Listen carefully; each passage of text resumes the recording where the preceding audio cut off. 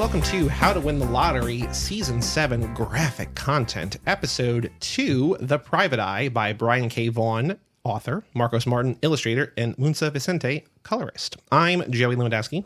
Shreds. Welcome, Shreds. Welcome.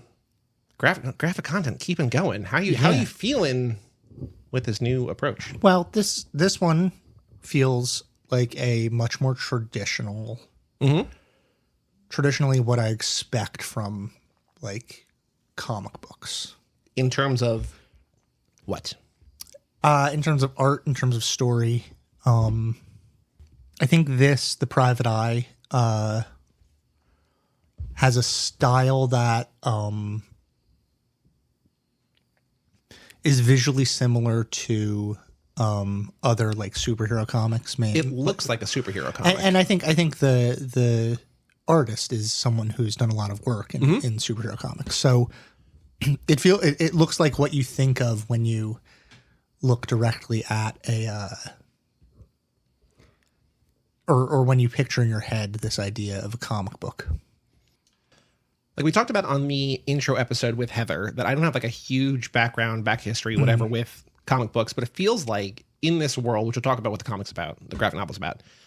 Is comic a dismissive term? If calling this a comic is I don't think so. I mean, there's so much discussion about what to call a thing. And it's like, I think the only people that care about that are people in our situation right now. I think like you can say comic book, you can say graphic, not like whatever, who gives a shit.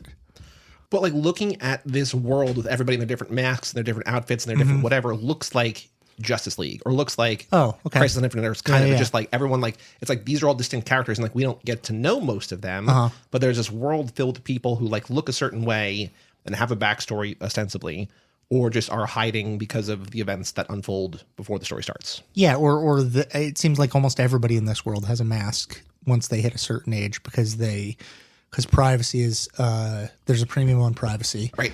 Because of the previous invasion of privacy, the mass invasion of privacy. So everyone wears a mask, and the mask becomes sort of an avatar for a personality, the same way that like a Twitter avatar might be. Yep. Like you might never see a person, but you know them by their avatar. Right. And so like this world is populated by people wearing very, very creative costumes. It's almost like every day is a costume party or every day is Halloween, which is interesting because it's like that is 100% a way to like advance this story visually, as opposed to like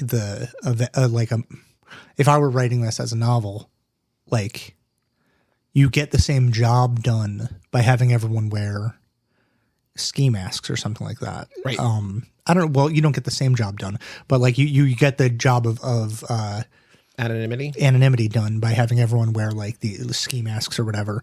And then here it's an excuse to move this like story that falls into a really like, I don't mean this in a dismissive way, but like a very like typical noir story, right? And move it away from Raymond Chandler, move it away from Chinatown, move it away from even like Blade Runner, because this is, even though it is still set in LA, it's just not. It's like it's an unrecognizable LA, right? But it is like, you know, it's taking these very, very well known kind of tropes, which is like, you know, woman shows up to a private detective asking for help, woman is killed.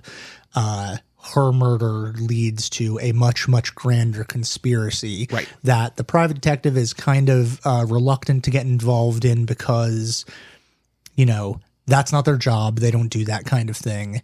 But you learn that this person that is maybe a little prickly at first actually has a good heart, and they like do care about people and about society, and they want to help. And so we get there.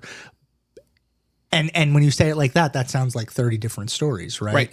But like when you like plug in the differences and when you add the visual element to it, it becomes something a lot bigger than that and a lot better than that too. And also like, and not pejoratively, but like simpler, right? Like it all just kind of comes together in a way that like makes sense. Yeah, in a way that is immediately visually recognizable what's happening. And then also like a great thing about comics I mean, you can do this with books too and rereading, but like you can like hide so much in a panel. Mm-hmm. You can hide so many different things. I mean, something that was really interesting about this book to me was the pop culture artifacts that were hidden throughout, right? My favorite moment in the book is one of these. You know which one it is or no? No.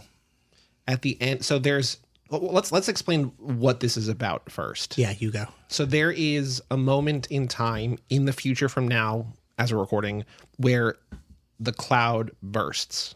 What they call the cloud burst, right? Where everybody's private information, their text messages, their documents, everything gets leaked, everything's public, and it ruins everybody's lives. And everything changes, and it seems like globally or societally, we shun technology largely. We shut the internet down. Internet is gone. And we move on, and it's a different kind of like protecting yourself and being off the grid. And even though like people are still existing in like still what looks to be like a modern society, it is very, very different from what it is now. Mm-hmm. And then the whole story of the murder, which you talked about briefly. But there is a character who is the main character, the titular Private Eye's grandfather, who is probably like a dude our age today. Yeah, exactly. He is. Which I've always thought about, like, what are these people who are like all tatted up and like love video games and Monster Energy drink going to be like as grandparents? It's like, it's this dude who's like playing Halo or whatever and just like saying bro and stuff like that, which is pretty funny. But he is this like sage guru in this world because he knows all this like the laptops and iPods and iPads and whatever that like everybody's just like, I don't want any part of that because that was the cloud. Oh, I know what I know your point. Yeah. And so they're like, what is this? It's not a phone. There's no phone in the database. He's like, it's because it's a Microsoft Zune. And I'm just like, hell yeah. Because I never had a Zune. Oh, you weren't a Zune guy? No. I've always loved Microsoft, but Microsoft very often was just like, they would make the wrong decision. And like iPod was just like the biggest thing in the world.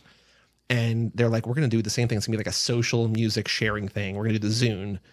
And no one cared. Yeah. And so for it to be like a thing that is like not like a pivotal plot point, but like a plot point in this, I'm just like, that rules. I have a dear friend who was a Zune guy. He's just like, he was with Zune until you could no longer be with Zune. There was, do you know actually speaking of graphic novels, do you know the former web, or I think probably still, I just former because I haven't read it in a while, but like the webcomic Penny Arcade? No. It's like I'm sure Egg knows it. It's very video game heavy, like pop culture sort of nerdy. It's just like, it's two guys, Jerry and Gabe, or Tycho and Gabe, Jerry and Mike, I think. I don't know. It doesn't matter. And they would just like, they have a website. They would talk about video game stuff. And they would do like 2 or 3 times a week. They would do like a 3-panel comic.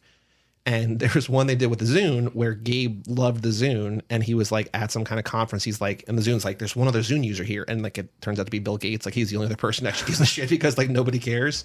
But yeah, man, I love the Zune. Even though I never had one, I love that it's in here. Well, I love archaic tech.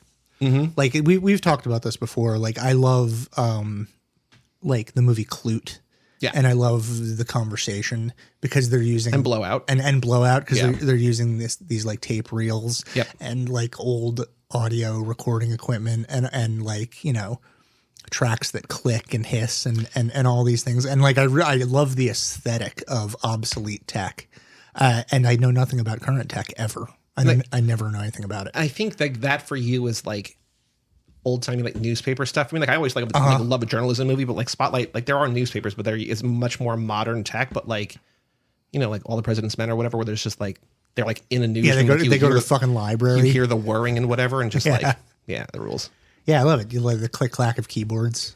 There's something really like, yeah, so this is interesting because it's doing that, but with like stuff that's not obsolete tech for us. Right. It's like you see the did you call it a brick? You gave me one the other day. Oh, like a power brick, yeah. Yeah. I want one of those, and then there's like an iPad and then the Zune, obviously, and then, you know. I'm sure there's a bunch of these that I missed, but in the background of one panel, like there's like a street panel or whatever, and down the street there's still like a Tesla dealership. Did you see like there's a Tesla? I didn't there's see a Tesla sign that shows like Tesla still survives. Yeah. Somehow. But that's just kind of funny. So well, there's also references to like and it's funny because it is like a it's largely a book about privacy and about how we, you know, it takes place in the future, but it's kind of about how we handle privacy now. Yep. And they like, you know, they name drop like Glenn Greenwald and stuff in there. They also talk about do you know when this came out? What year? Because it was self-published. I know that. Yeah, published online. And it was like pay what you want, kind of like the Radiohead In Rainbows. Yeah. 2013, 2015. So I don't know, like, I know that there have been in the last decade, like, so many privacy leaks and stuff like that, but there's the thing in here where they're trying to find information. They're like, oh, like, he's not logged into his Facebook account. Like, Facebook hasn't existed for 50 years. Yeah.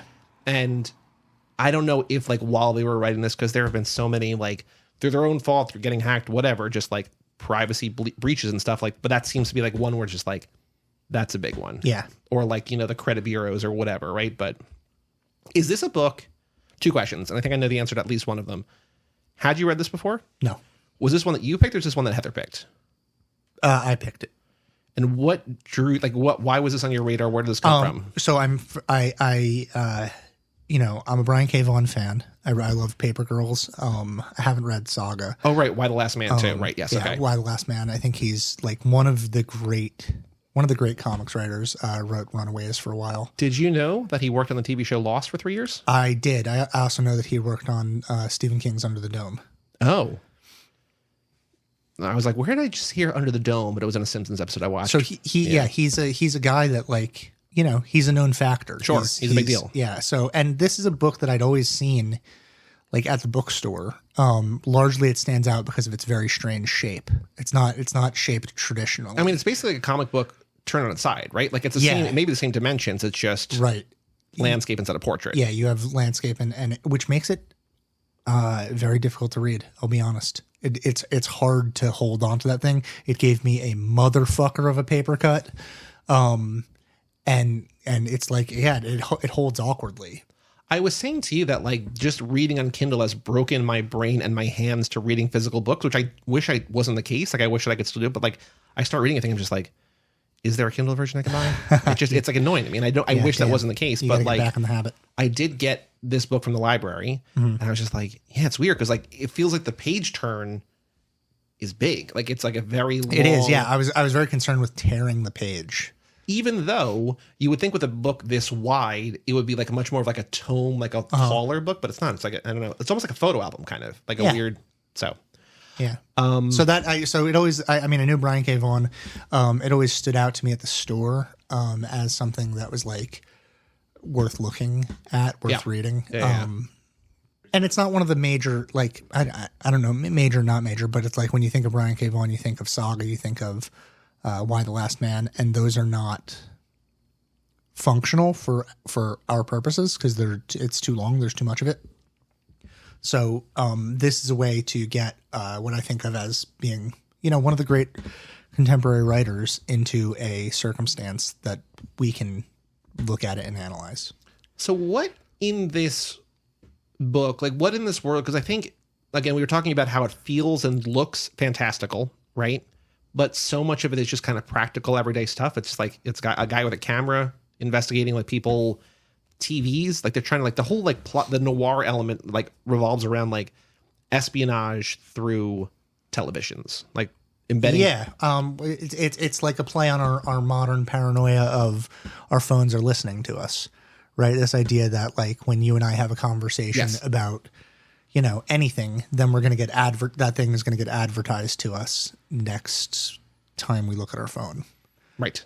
So it's like playing off of that paranoia. But there is also like, I have a friend who is like, fuck Alexa. I'm never going to have one of those in my house. Yeah. Like they're not going to listen to me. I'm just like, your phone can listen to you. Your laptop can listen to you. Your microwave can probably like, there's every kind of device. Like just because you don't have a thing that like you talk to doesn't mean that like, if people wanted to hear you, they could already hear you. This was so one reason why I was interested in talking to you about this book is because you and I have like completely opposite opinions about tech, right? Yes. Whose side do you think this book is on? In terms of like, do you think this book is cynical about tech, or do you think it is, or do you think it has your optimism about it? I think maybe both. It kind of does both. I think a little bit. I think the grandfather. I was not like sympathizing or putting myself in the shoes of or empathize, whatever, with the grandfather, but I'm kind of like, if all this went away, I think a lot of people, maybe not most people, but a lot of people, I think, including you, be like, good. Like this is like nature's resetting, right? Yeah. Mm-hmm.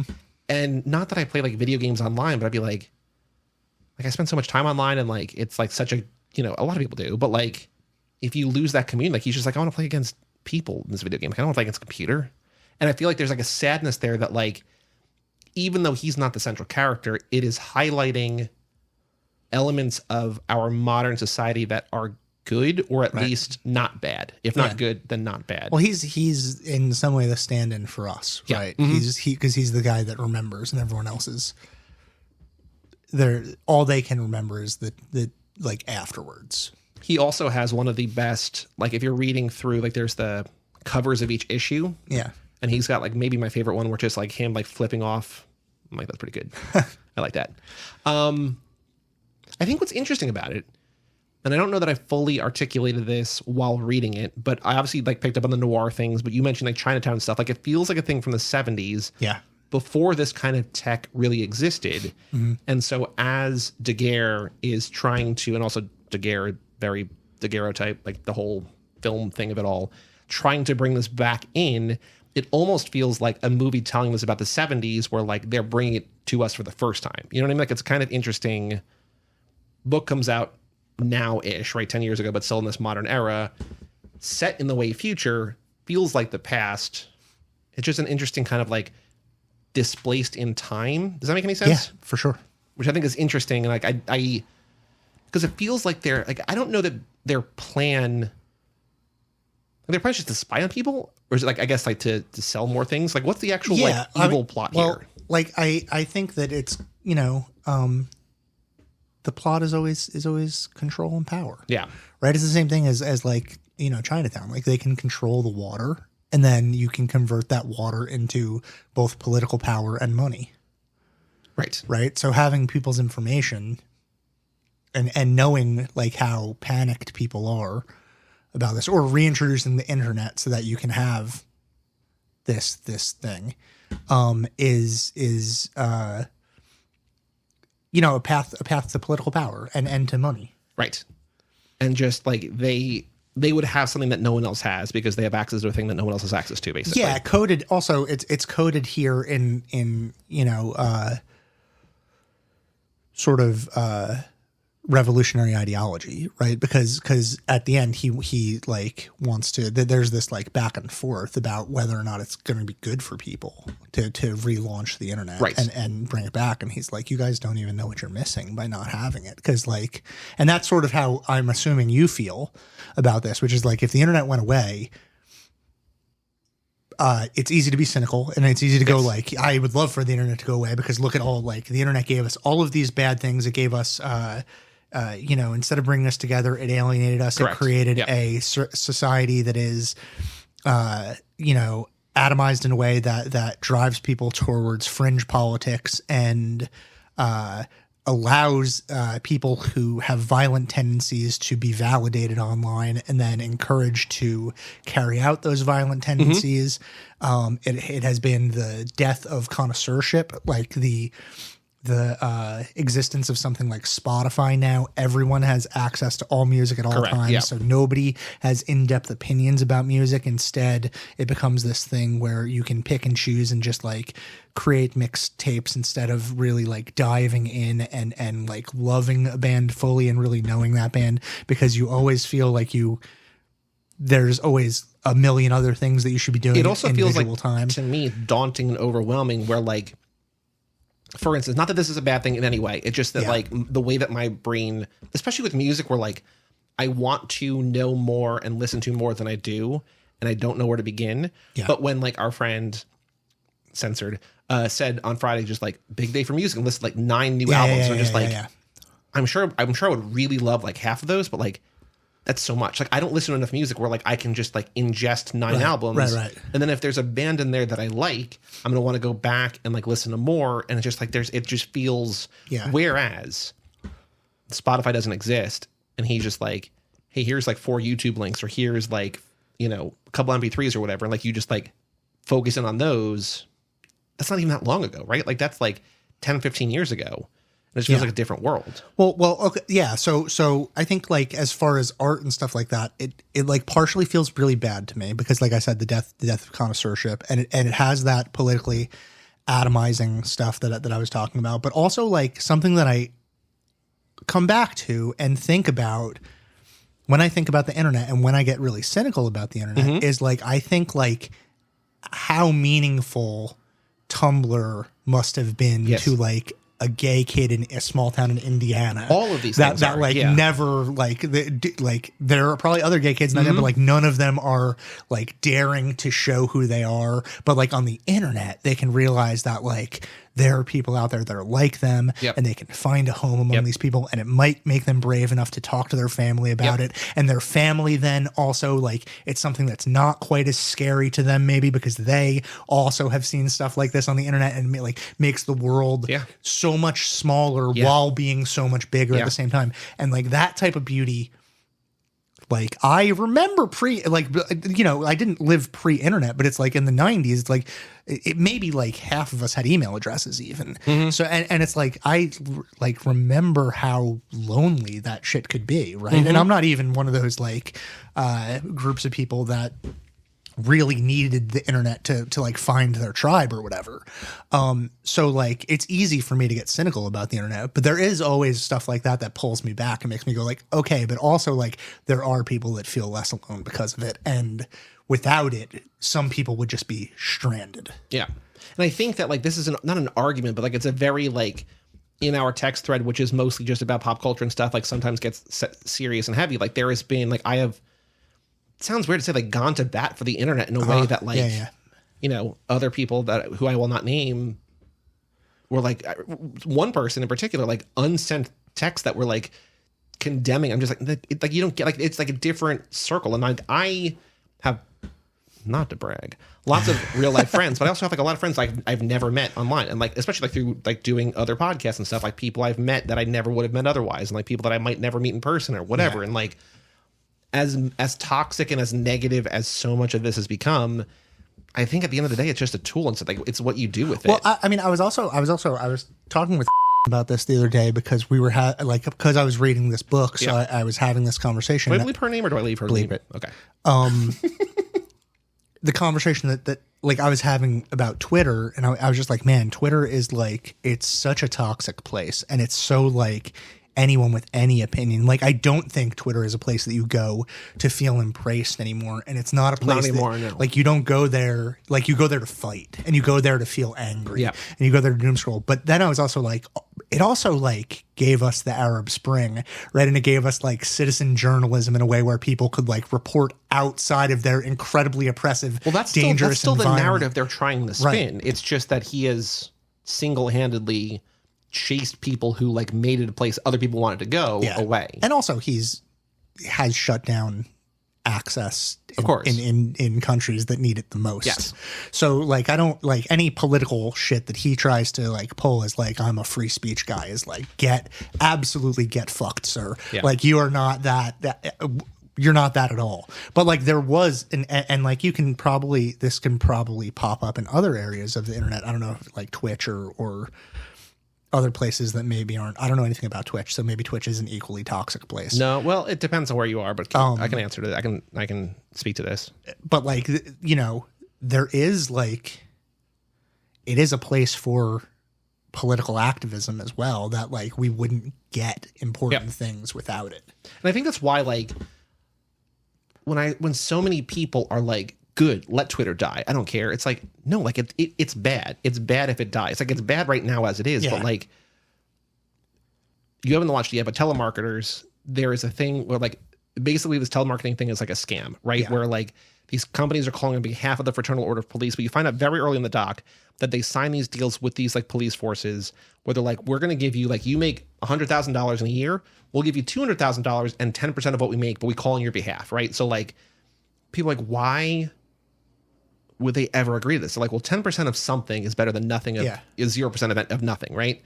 And I think the same thing kind of applies where like, if Twitter is 90% bad, having 10% of it be good or useful or helpful or beneficial or like whatever is better than it not existing at all. And like, it really, not like actively sad, but like, I don't use Twitter anymore because like, it's much more difficult to use. Not even like in terms of like sorting through like people that, you know, what like weird, whatever, but like blocking access to TweetDeck, serving it more ads, changing the default view to whatever, like all the different minor things that he has done makes the actual experience worse to the point where I'm like, this is not worth my time anymore. And it's not sad, but it's sad, right? And just like a place that I went to that I could follow my favorite bands and comedians and whoever and like just see what they were doing, buy tickets to their stuff, buy t-shirts. I have to find somewhere else. And it's frustrating. Yeah, for sure. For sure. So I think bring it back to the book, I think it does both sides where it's like life is pretty good. But I also think, you know, the first case that we see where PI goes to like the guy with the fish head who comes back later spying on his ex-girlfriend, it's like he's trying to bring back something he no longer has, right? It's just like you're always wistful and nostalgic for a thing that you once had and no longer have. And none of these people that we're following ever had the internet, but like the grandpa did. So, you know. Yeah. And also I'm also, you know, you cannot get the toothpaste back in the tube. Yes. It's not going to happen. Right. Unless there's a solar flare or something happens that like you completely, it gets blown out and you can no longer do it. And then we'll see what happens. Right. Chaos. Yeah. Right. Because like, I think that this honestly is like Edenic, utopian. Like if the internet were to collapse, I think society would collapse because banks would no longer function. Mm-hmm. Businesses would no longer function. I don't know, like prisons might not, like everything that we have built, like electricity is one thing, but like internet's like right there with it. Like I think everything that we sort of take for granted would fall apart. Yeah. And I think that like the fact that this world is at all normal seems crazy, sort of. Like I didn't think about that while reading, but thinking about it now, like this seems like best possible case. Like if the internet dies, we would want this. Well, I think, I think like it might shelter itself from any, not that you're being critical, but like it's a place that is asking us to suspend our disbelief. Sure, yeah. Right. And like, I think that it shelters itself from even asking us to suspend our disbelief in that, like when the cloud burst, it's like the internet gets taken away willingly. Yeah. It's not like it was like, you know, blinked off suddenly by some electrical storm. They were probably like, we're going to figure out a way to like get around this. We don't want this. This is a net negative, whatever. Mm-hmm. Yeah. And like, I think it's also smart to set it like, I don't know. We don't really get a sense, but like at least decades later, right? Yeah, I think like two generations. So like, you know, 60 years, maybe, whatever. Yeah. A long time. I think it's like 2073, something like that. So that means that probably around now is when the internet would probably burst. Which you think about like there have been data leaks. There was like that, like the very famous fappening, right? Like the whole, like there's been leaks, but like none of that has changed the way that anybody does anything. No. Like companies, if anything, it's only made people judgmental about other people getting, like when the fappening happened, mm-hmm. most of the response that I saw to that was not sympathy. It was slut shaming. Yeah, it was like, well, you should know not that any picture that you take is going to blah blah blah, blah, blah, blah, blah. And it's just like, shut the fuck up. Like why?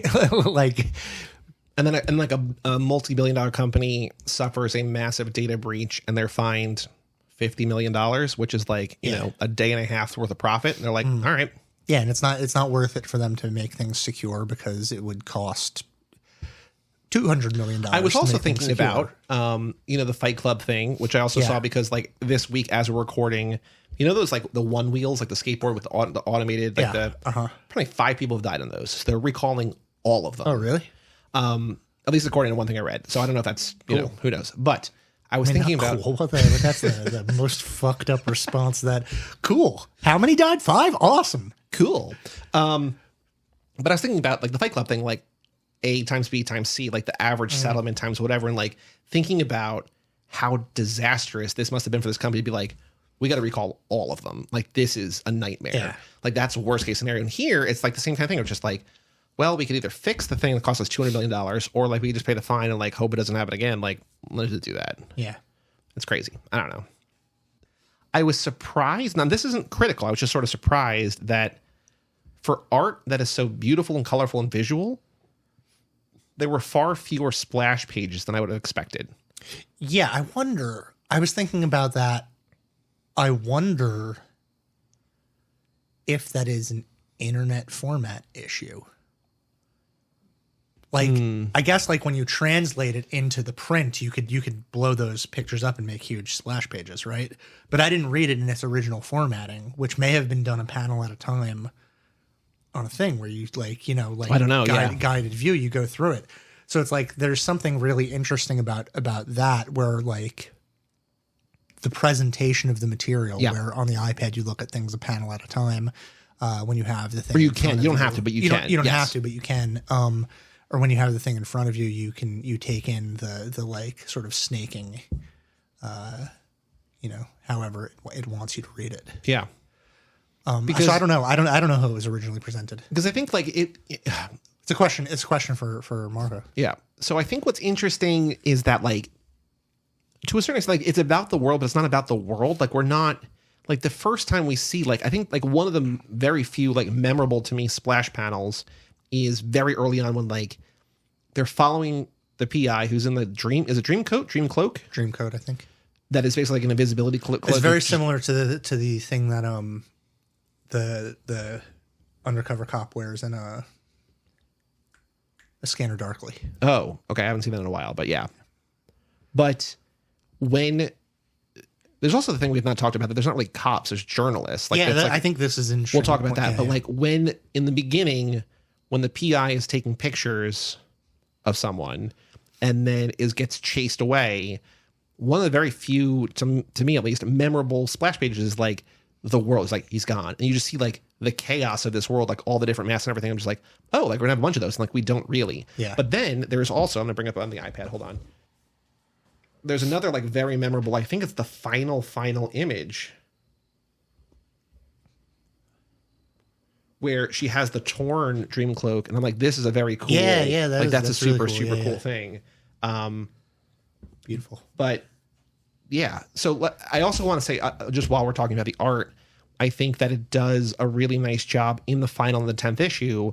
There's like 4 or 5 pages in a row with like no dialogue. It's all image-based storytelling. Yeah. I'm like, this is very, very cool. Yeah, you gotta love that sort of thing, that because it really takes advantage of the medium in a way that like you need that to distinguish it from. Because to me, and this is me, because this is like my base of where I come to it from, it's like novel is the default art form. Yep. Right. The original like prose novel is, it predates movies, it predates TV, it predates comic books. Yeah. Whereas like in reality, it's like it's probably the epic poem is probably the original art form. Sorry, Beowulf.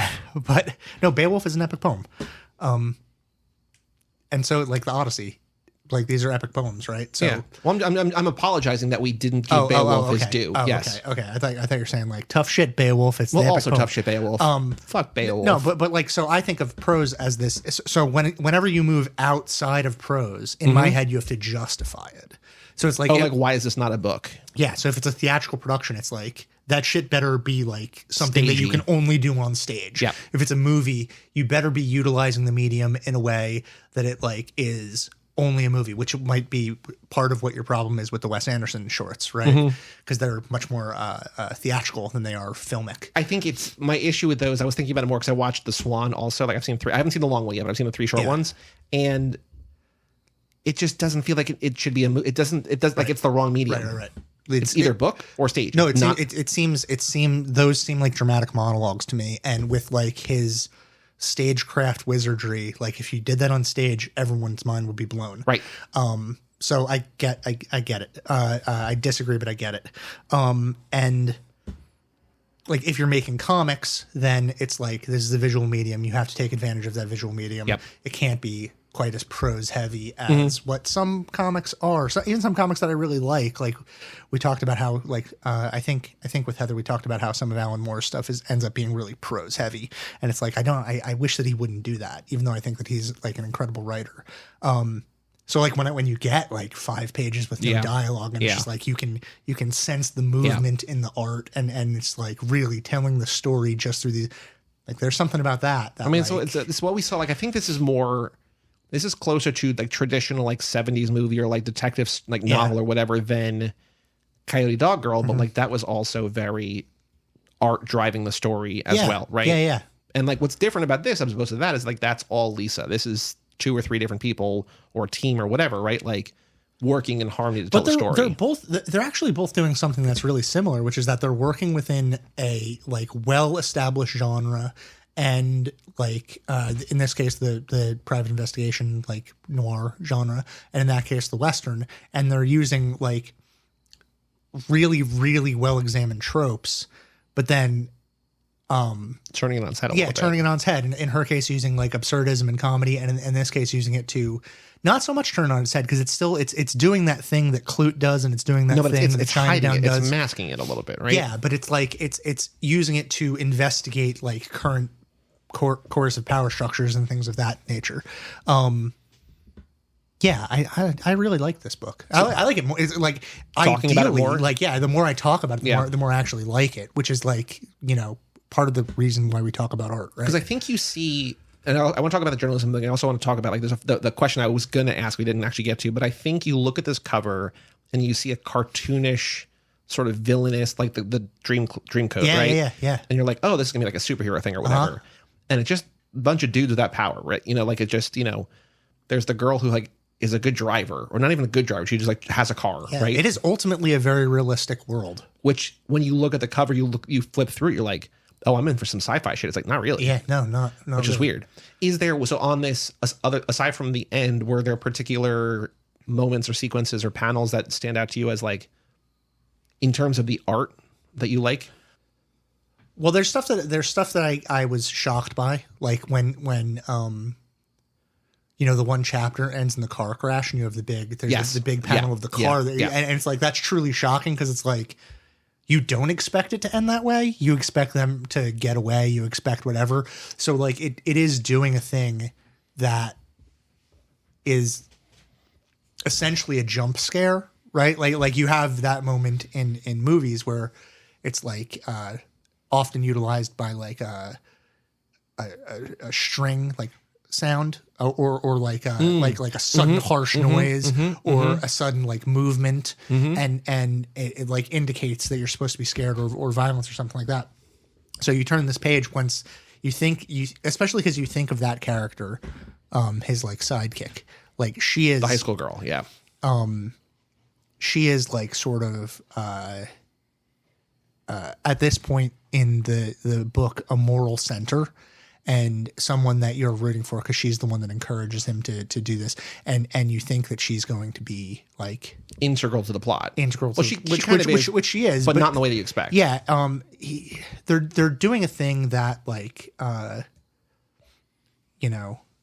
damn his name, but Joss Whedon is like very good at doing, which is like I think of like specifically the scene in Serenity when Wash lands the plane after the very difficult thing, and he's like, I am a leaf on the wind, and then the spikes go straight through and devastating and kill him. And it's like, what you do is you take a particularly good moment for a character, and you end that good moment with a tragedy, and it's shocking because like he's never been higher. Yeah, we're at an emotional high, and then it brings us to an emotional low. And so with this character, it's like spoilers for Serenity, by the way. Yeah, I don't care. Like she is embracing her, like what she wants, because remember, she's like, I'm not going to be your chauffeur. And he's like, I need a getaway driver. And so she's like doing the thing. And then it turns out that she's like actually not a good getaway driver at all. Right. She directly crashes the car and like causes them like legal trouble, basically. Yeah. And this character that we are still rooting for and still think is great. Like, you end up with this one big drawing of the car being destroyed. Yep. What I also like about her, and we don't really get answers, which I think is also cool, is that like we learn more about how the world works. Like she's got like I think she calls, I don't think it's the official name, but she calls a charm bracelet, where it's like until you're 18 or whatever, you can't. Yeah. Like she wants to have a new identity. He's like, no, don't do that. Like enjoy while you still can. Like have a record. You can like your name means something now. Like before we throw it away, like earn something, right? Yeah. So like, what does she want to be called? Madam Nunchuck? I think Lady Nunchuck, Madam Nunchuck, something like that. But I think it's cool that like again, it's giving glimpses into the world. Like we don't need to know how this works. We don't need to know like what the rules are, like who can whatever. But like, it's giving us the exposition that we need, and no more than that. There's also a visual thing that I was not surprised by, because I've seen Mission Impossible movies, but I still loved. But at the end, because everybody's in a mask, you never know who people are or whatever. When the PI comes in the other guy's mask and then stabs Daguerre. Oh, yeah. Were you surprised by that, or did you expect it No, to be I him? was surprised by it. Oh, no, I was just like, because like, I love the Mission Impossible movies, and like, I love the masks in those movies, but they overuse the masks in those movies, and it's just like, that's probably not the guy that you think it is. I probably could, I I think sometimes when I read, I have a much harder time doing this with movies. But I think sometimes when I read, you just get lost in it. Well, I try to I shut off like an analytical part of my brain. I don't try to predict, and I allow myself to be surprised. I wish that I could do that. Like I don't say this as a negative. I'm just like I'm smarter than the book, but I'm just like I bet because having like Dead Reckoning having just come out this summer and like me rewatching like. The more those movies go, although not the new one really as much, but no, the new one also does it. But like they lean into the masks hard, so like it's all fresh in my mind, and I love them, whatever. So, and like here, it's not like they're not 3D printing masks; it's just like literally putting another mask on your face.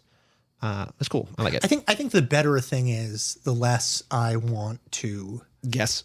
Yeah, try to figure it out like it's a puzzle. I just want it to happen to me emotionally. But when something's shitty, you're like, I'm smarter than you. Yeah, or not like maybe. Or not even shitty, but it's like if it's not something that I can get emotionally lost in, then it's something that I start like. Well, it's also like this in this case. It's not like this is like a long drawn out thing where it's like pages and pages and pages. Like you see the guy show up, he's just like, is the PI dead? He's just like, not yet, and then he stabs him. It's like it's 2 or 3. Like it's not like a long thing where you're like, I figured it out. Let's get to it. It's just like it just happens, which I think is good. Were you surprised by the violence at all? No, because I think. Not that I expect it in all of these, but I feel like there is something literally cartoonish about this where you're able to be violent in a way that doesn't feel real. And it's a trapping of the genre too, right? Which is something that I'm like often fairly critical of.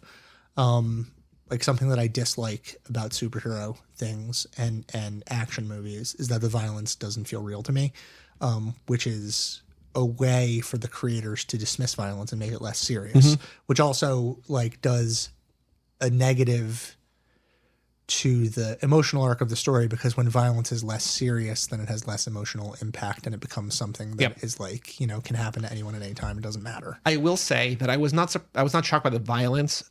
I think it was before I realized, even though I should have, because it's literally called The Private Eye as a PI, before I realized it was a noir. Yeah. When the woman shows up to like investigate me, like, I need you to dig into my history, and then she dies like almost immediately. I was just like, oh. Yeah, I agree. Like I thought this was going to be a different book than it was. And then I'm just like, oh, interesting. Yeah. Okay. You want to talk about the journalist as like cop? Sure. Or Private Eye as paparazzi too. Yeah, paparazzo. Is the other thing, right? Because I guess like in a sense that a private eye is someone who is hired to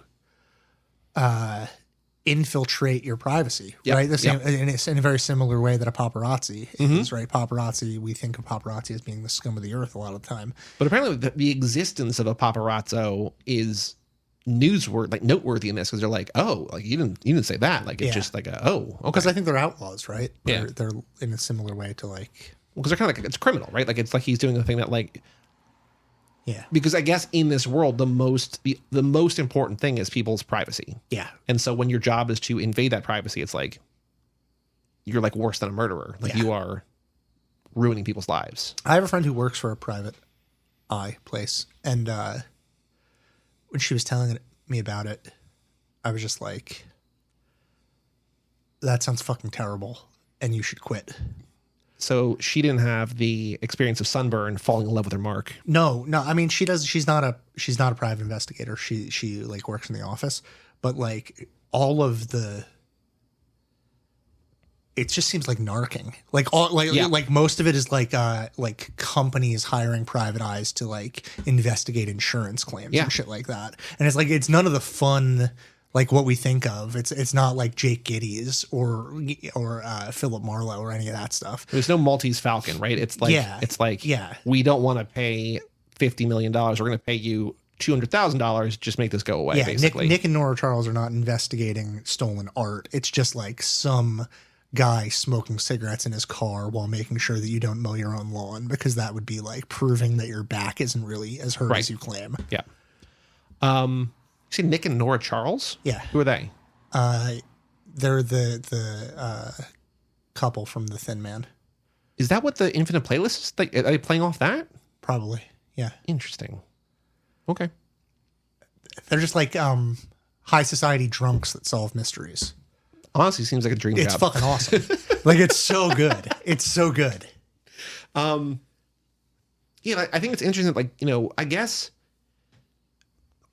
like, why do you think cops don't exist? Like, why do you think journalists take the place of cops? Is there like is there a thought? Is there like an A to B thought process here? I don't know. Not that it matters. I'm just curious. No, it's interesting because like I'm sure there's an explanation why. Well, it might have something to do with the fact that most in like an information heavy age, and this is like trying to retract from that information heavy age into like an information dark age. Yeah. But in an information heavy age, most trials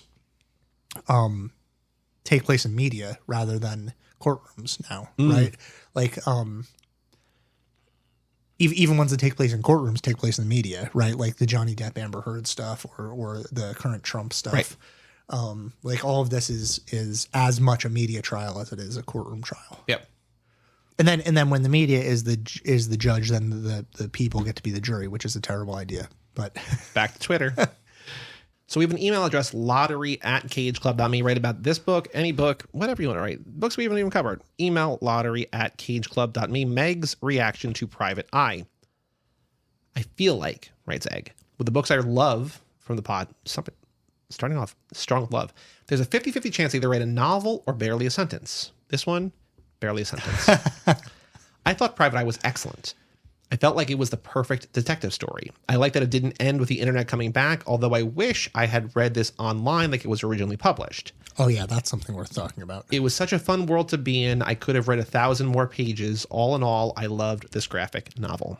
Yeah, let's talk about it. Like it's initially published online in a pay what you want model. Yes. Right? And the reason why it's published online in a pay what you want model is this like basic belief that there's something very wrong with comics and the way that they're like coming out and the distributors, the publishers, etc. Like they're creating a more DIY function to it. There's also some like structurally ironic thing to it, which is to say like a piece of art about the destruction and elimination of the internet being available only on the internet is like that's like delicious. And then it comes out in print, which adds another layer of irony to it because it's like it was meant to only be online, and then the online was pay what you want, and then the print novel, no shade to Brian K. Vaughan or anyone else involved in it, so fucking expensive. Because Image Comics, right? Like it's like honestly, it's probably expensive because it's a weird format. It was like $45 for this thing, and also you can't, at least through Amazon. Yeah, you can't buy the Kindle version. Like I'm sure maybe you can buy if through their site. I don't even know if it's still available through the site. Like, I don't know either. It might only exist in I don't know, but it feels weird. Yeah. So there's like there are all these different layers to it, like free online, incredibly expensive in print. That has to do with like obviously the practicalities of print, but there's like this ideological turn between it too, where it's like if you're buying it in print, it's kind of like, well, you should have just fucking gotten it online like we wanted you to.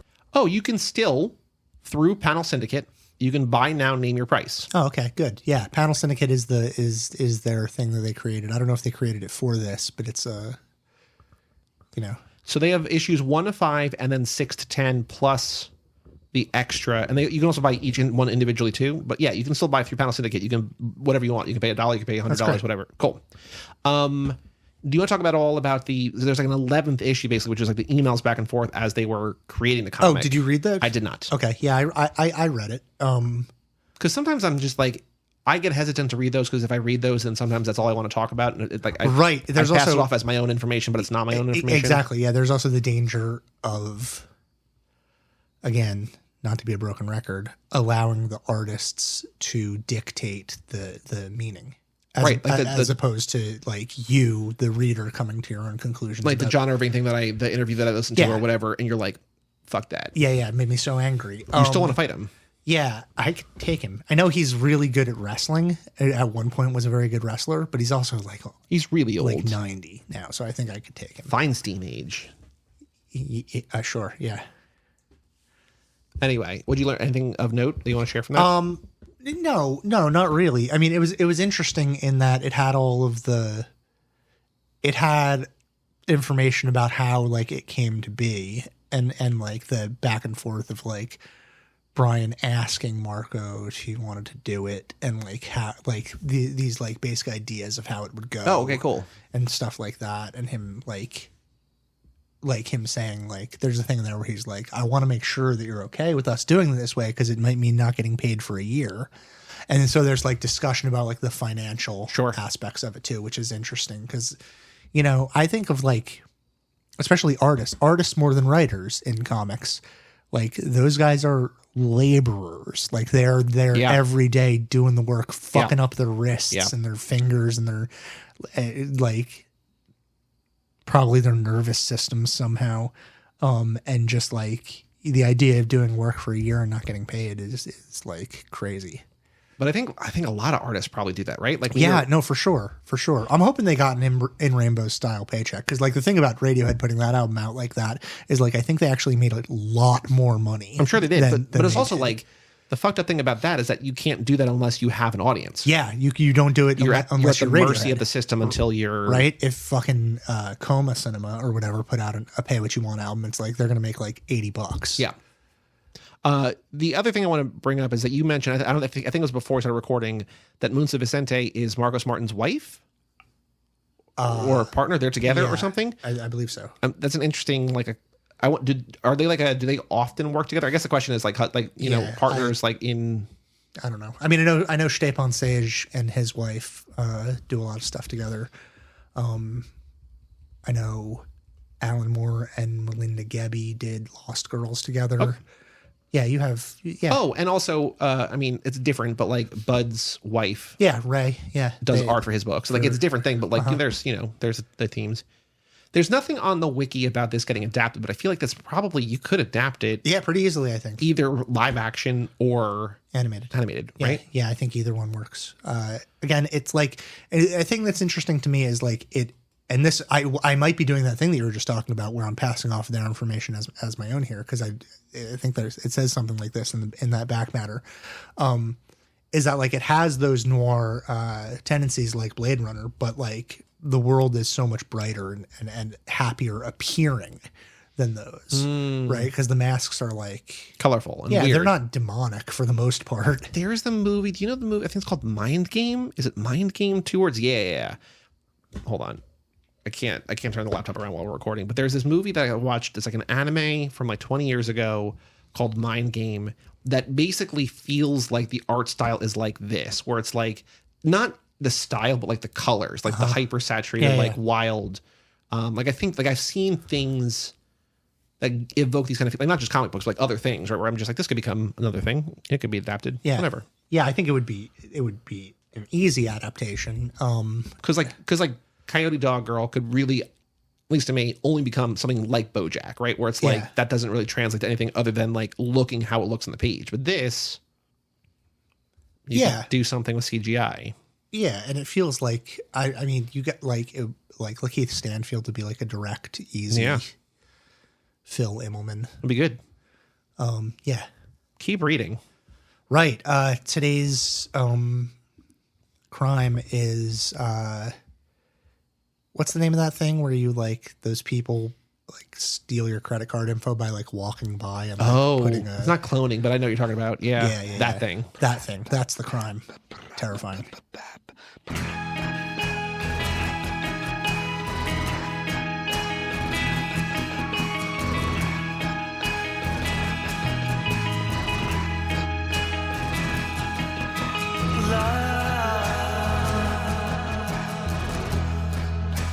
In